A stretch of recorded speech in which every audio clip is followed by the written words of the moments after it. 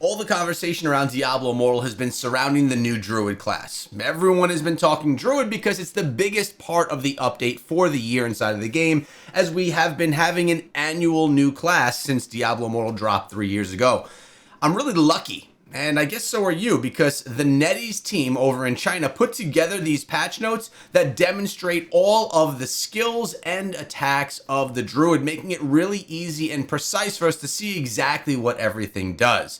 Now, of course, these are not going to be incorporating a ton of different essences and things like that, but it'll give you a general idea of what the 2 primary attacks, the ultimates, and what all the skills do for the new class that's dropping on July 3rd. Yes, I will also be live streaming on July 3rd, as soon as I wake up in the morning until I have to leave for the day, all Druid things. Make sure that you guys are there and don't miss out on that live stream. It's going to be a good one. All right, so let's start out here with the primary attacks. Now, it's worth noting that this has been translated from Chinese to English, so there is some weird translation that happens often. They're calling this primary attack rocks, as you can see right here. He's just going with a normal primary attack. It's not really much in range. And then when you have the ultimate, you get these rocks that come down from the ground. It's like a kind of like a meteor shower of stones that are dropping from the ground.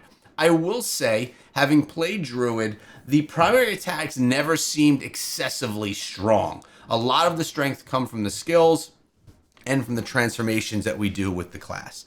Then we have the scepter attack. This one right here, you're using your staff. You're swinging around, a little bit more area of effect damage. This is the one that I enjoyed using a little bit more when I was playing, but at the same time, again, it didn't seem excessively strong to me. And then the Beast Awakens, you turn into this little beast-like thing. It's that really cool graphic. The attack was strengthened during the period. So this was a really cool ultimate to use, not only because of what it does, but man, it just looks pretty awesome. Now, we have the transfiguration, so basically the changing skills. So you have the transfig from the wolf, all right? This is one of the best skills. It's also one that's going to use that new essence that's been brought into the game, all right? This is not unlimited, and as you can see right here, once it's clicked over to wolf, this is going to slowly go down. All right, this primal essence is going to be lowered, so it's not unlimited how long you can stay within this skill. And if you're using multiple that do utilize this bar, then you'll go through it much more quickly, or if you use the skills that pop up once you do transform. Now keep in mind, as we watch this GIF over and over, you have the normal skills, and then it switches to a new set of skills. There's also this reset button right here, so you can get out of wolf form and go back to your normal form. Then when in wolf form, you have 1, 2, 3 options for skills and a different primary attack. So as I've said before, it's going to have you utilizing 2 different sets of skills, which is a little bit to get used to, but it's actually quite nice. You have the wolf attack. You get to see what he looks like when he's doing his attacks. Super strong, using his claws, coming in with the regular attacks. Then you have claw strike, which is this one right down here. It's one of the skills when you are in wolf form, going through and just attacking a big group of enemies all at once. You have, they're calling this one attack, but look at, this is the one that allows you to run around, it seems endlessly, with insane amounts of speed. Notice you hold it down and it basically is extending your dash, which is that attack, but there's nothing that makes you do that attack. You can continuously hold that down and run at insane speeds for a very, very long time. So I love that one. Then we have hunting time, which is this top skill right here. And that one is, I forget actually what it does. Wrath Howl adds 5 seconds to the damage to the surrounding enemies and add 5 seconds of hunting mark. The target health value is less than 50% during the mark period, and you'll receive an additional damage immediately. So it looks like it's going to be some type of a damage booster when you use that one. Then we have our Calamity. Get out of the werewolf form immediately. So essentially that's this back button right here. You could swap out, it stops utilizing the primal essence, and then you are back into your normal form with your normal sets of skills right here as well. That's everything from, so all of that is for one skill of transforming into the wolf. So you can see it's not just like one quick bit of detail. There's a lot there from transforming. And it's going to be the same for the bear. So let's go right here. So you have the transfiguration into the bear. The tankiest thing that you're going to see inside of Diablo Immortal. The wolf being the fastest thing that you're going to see inside of Diablo Immortal. We have then, once you transform into the bear, you have all of these different bear skills as well as the let's exit out of here. All right. Now, I played a lot less with bear, a lot more with wolf when I was testing. But we are looking at here the pure terrorist. This is the primary attack. Use bear to slam an enemy ahead, causing range damage. All right. So that's basically the primary attack with the bear, utilizing your large attack button. You have Crush, which is going to slam the ground. It's going to do AoE damage, potential stuns, and all of that on the enemies. Super strong as well.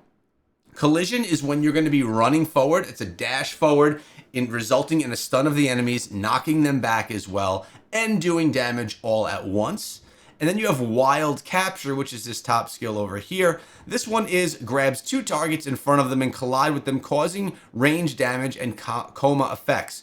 The trapped target will be in the coma for the longest period of time. So like the wolf, on that third internal skill of wolf form, you're getting that buff in abilities. Here, you're getting a nice stun from that utilizing the bear. And then the calamity as well gets you back into your human form, taking you out of bear form so you stop using that essence.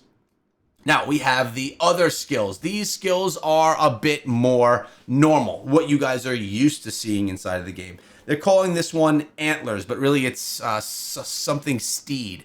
You basically are turning into this elk, and this does not use any of your primal essence. All right, notice the green bar right here that's being used is not being used. It actually it refills primal essence when you use most of the other skills, this being one of them.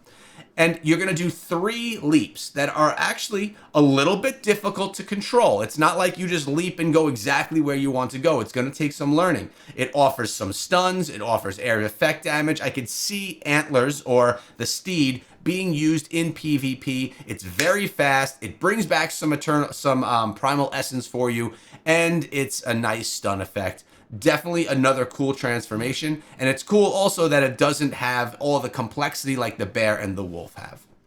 Ravens are basically you turn yourself into a bundle of birds, ravens, and you can dash yourself to a different location. Now, of course, all of these have different essences which will change how they work, but here essentially you're not targetable while you're dashing or while you're teleporting to a different area as the ravens, and a lot of times you could do damage with those ravens as well. They're calling this one the Vortex, but it's basically fire tornado. It's going to be popping up a tornado in front of you. This is when I mentioned it has like wizard-like skills, this was one that was a wizard-like skill to me. It's more of a earth controlling skill, but it seems very wizardry to me. Now, this one here is going to just do a bunch of damage. It's going to pull enemies in. There's a ton of essences that change this one and how it plays out as well. You have the Earthquake, which is going to be like we all kind of know from Earthquake, right? We used Earthquake with Barbarian class and more.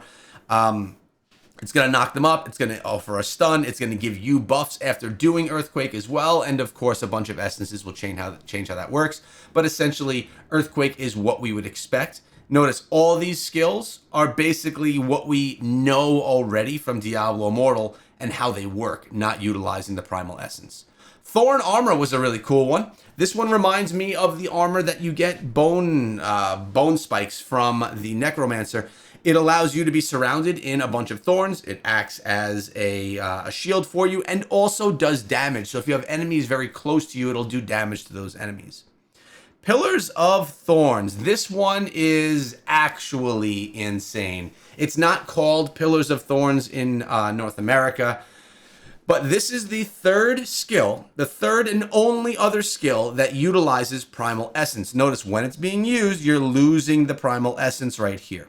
So if you're utilizing the Pillar of Thorns with either wolf form or bear form, you're going to notice that your Primal Essence isn't endless. You're gonna be using a bunch of it, but this skill is absolutely insane. The little graphic that they're doing right here is not giving it justice. It literally takes up the entire screen. throwing these stone pillars up into the sky, knocking up enemies, doing damage, stunning them as well. It's something that whenever we were doing PvP, we all were utilizing this. It seems like just a nice CC effect that you get from the stone pillars.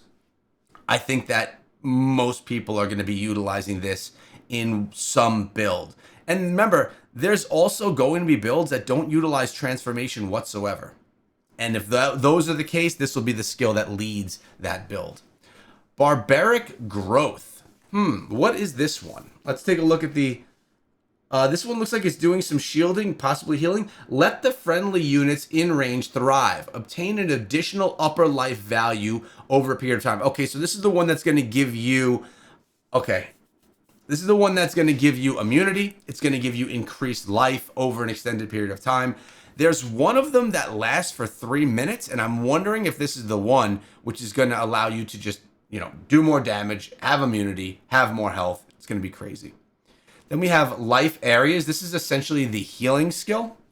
Whenever you're inside of the ring, the flora are going to be blossoming. You can then pick up those flora, and you get healing from it. So we also now have healing from this class as well. Natural Contract, the Blast Bear. So basically, you're able to summon a big bear. If you think about the Necromancer inside of the game and the golem that comes with the Necromancer, this is similar. The bear will not summon itself. So you won't be able to just be this class. You won't be able to be the Druid and just have the bear endlessly summon doing AFK farming for you. You need to summon the bear, and you could actually control where the bear jumps to and things like that as well. Super cool. We could do summons builds, right? It's just so many options with the class. Now we have the same thing with the Summon Wolves. The difference here is Summon Wolves are more like command skeletons in Diablo Immortal with the Necromancer. These are going to summon themselves. They're going to always be around you. I think it's every 6 seconds after one goes down, a new one comes up. So this can be and probably will be used for AFK farming builds, people utilizing the Summon Wolves and then just allowing things to go down around them and farm while away. One of the coolest essences that comes from Summon Wolves is that when you have one wolf summoned, you are 15% faster. When you have 2 wolves summoned, which is the maximum, you are 30% faster. What this means is you switch to wolf form, which makes you insanely fast, and you have 2 summons up at the same time, 2 Summon Wolves, you're insanely fast plus 30% on top of that. The speed available to us here is nuts. Then we have here the final one, Natural Contract and Tree. So this is the one that was the spores, okay? This is the one that when you first use it, you're going to hit the button and nothing's going to happen. It's because it has to happen upon attack. Notice the spores that are going around right here around the enemies that you're attacking.